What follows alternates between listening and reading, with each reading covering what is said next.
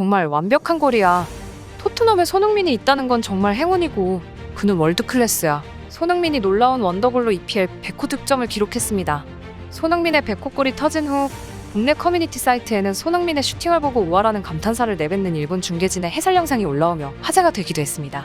미토마에게 편향적인 중계를 하던 일본의 해설자마저 무의식적으로 우아라는 감탄사가 나올 정도로 손흥민의 골은 놀라웠습니다. BBC 역시 손흥민의 득점을 극찬했습니다. BBC는 라이브 중계를 통해 완벽한 일격, 손흥민이 왼쪽 측면을 가르며 수비수를 따돌리고 오른쪽 상단 구석으로 아름다운 궤적의 슈팅을 꽂아넣습니다. 그는 이것 이상의 슈팅을 만들 수 없습니다. 프리미어리그 100골 달성은 아시아 선수 최초로 달성한 기록입니다라며 극찬을 아끼지 않았습니다. 또한 BBC에서 중계를 하고 있던 전 에버튼의 스트라이커 저메인 백포드 역시 손흥민의 완벽한 슈팅과 마무리였습니다라고 중계하기도 했습니다. BBC와 함께 영국 스카이 스포츠의 공식 인스타도 태극기와 함께 다양한 손흥민의 셀레브레이션을 합성한 이미지를 올리며 손흥민의 100호골을 축하했습니다. 영국 팬들도 손흥민의 100호골을 축하했습니다. 영국 팬들은 손흥민 안티팬들 거죠. 토트넘에 손흥민이 있는 건 행운이고 그는 월드클래스야. 소니는 더 많은 존경을 받을 만해. 손흥민 안티팬들이 엉망진창이 됐어.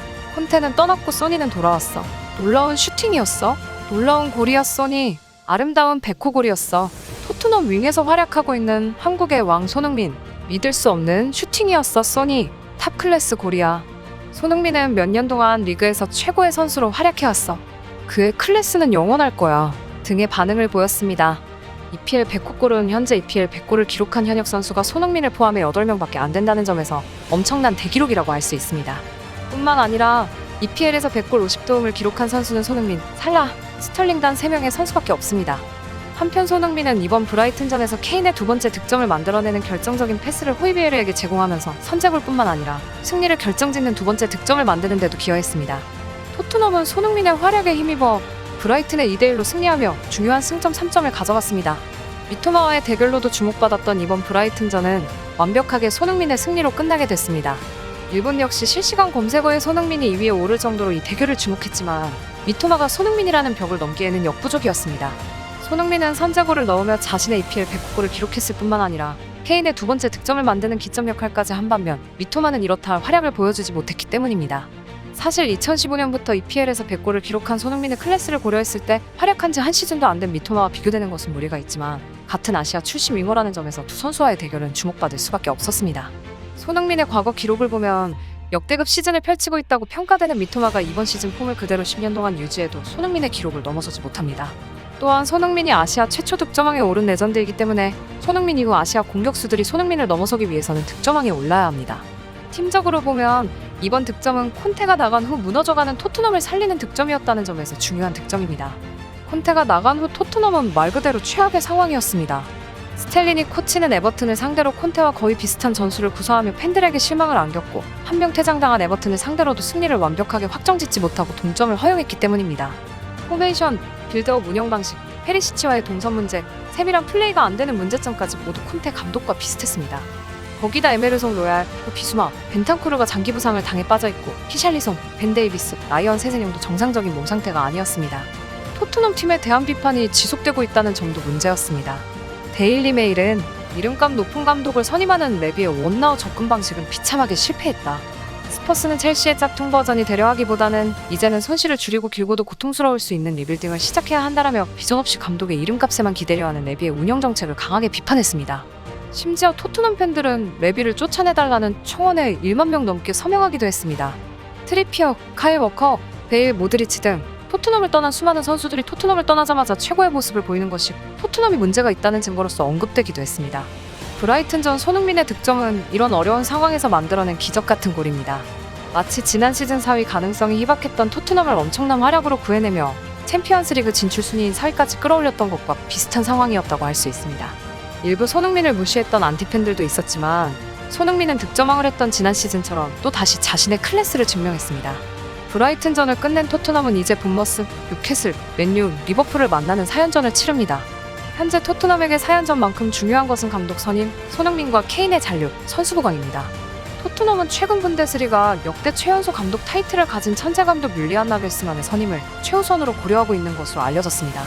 영국 매체 풋볼 인사이더는 토트넘은 나겔스만 감독을 높게 평가하고 있으며 차기 사령탑 1순위로 확정했다. 올여름까지 임명할 계획이고 선임하기 위해 필요한 모든 것을 할 준비가 되어 있다고 보도했습니다. 그 외에 이에 바르셀로나 감독이었던 루이스 엘리케, 브라이튼의 로베르토 데 제르비, 브랜든 로저스 등이 차선책으로 거론되고 있습니다. 스텔리니 감독 등 체제로 다음 시즌을 보내지 않을 것이 확실한 상황에서 콘테의 후임은 빠르게 선임되어야 할 것으로 보입니다. 케인의 재계약 상황은 긍정적이지 않습니다. 토트넘의 상황에 따라 이적을 결정한다고 알려졌던 케인은 토트넘의 챔피언스리그 가능성이 적어지면서 재계약 가능성이 점점 낮아지고 있습니다. 풋볼 인사이더는 케인이 드디어 결심했다. 그는 관계자를 통해 토트넘에 더 이상 남지 않겠다고 전했다. 올 시즌 종료 시 케인은 토트넘과 재계약을 체결하지 않을 예정이다라고 보도했습니다. 케인이 떠난다면 손흥민 또한 무조건 떠나야 하지만 이적설만 뜨고 있을 뿐 손흥민의 의중은 명확하게 드러나고 있지 않습니다. 국내 팬들은 트로피가 없는 손흥민의 커리어를 걱정하며 토트넘을 떠나길 바라고 있습니다. 최근 이적설이 뜬 팀은 바르셀로나입니다. 카탈루냐 라디오의 라몬 살무리에 따르면 유럽 최고의 팀 바르셀로나는 유럽 무대에서 가능한 높은 곳까지 올라가기 위해 차이를 만들 수 있는 공격수를 영입하기 원한다. 토트넘의 손흥민은 구단 내 좋은 평가를 받고 있으며 유력한 영입 후보다. 바르셀로나는 왼쪽 측면의 부실한 밸런스를 맞춰주는 동시에 그 선수가 많은 골을 넣어주길 바라고 있다. 일부 세계적인 선수들만이 충족시켜줄 수 있는 기대이다라고 보도했습니다. 한편 토트넘이 부족한 수비진을 보강하기 위해 김민재를 노린다는 소식이 알려져 화제가 되기도 했습니다. 데일리 메일의 크레이그 호프는 토트넘은 국가대표팀 동료인 손흥민의 존재로 인해 약간의 이점을 가지고 있지만 리버풀, 맨유, PSG, 바이에른 뮌헨의 등장으로 선수와 그의 대리인에게 많은 선택권이 주어졌다고 보도하며 토트넘이 김민재를 영입하려고 한다고 전했습니다.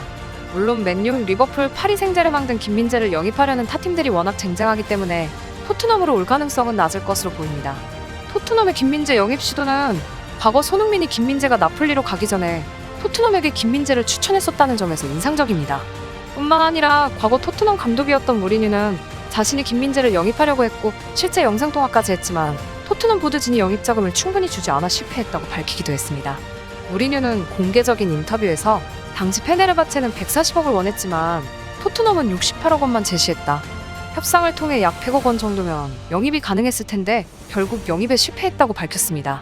물론 김민재가 토트넘으로 가지 않고 나폴리로 가서 세리에 리그 우승을 앞두고 있기 때문에 토트넘이 김민재에게 이적 자금을 투입하지 않은 것은 결과적으로 김민재에게 좋은 선택이 되긴 했습니다.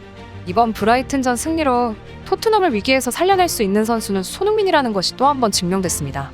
힘든 상황에서도 팀의 승리를 이끈 손흥민이 남은 시즌에도 오늘과 같은 활약을 펼치길 바라며 영상 마치겠습니다.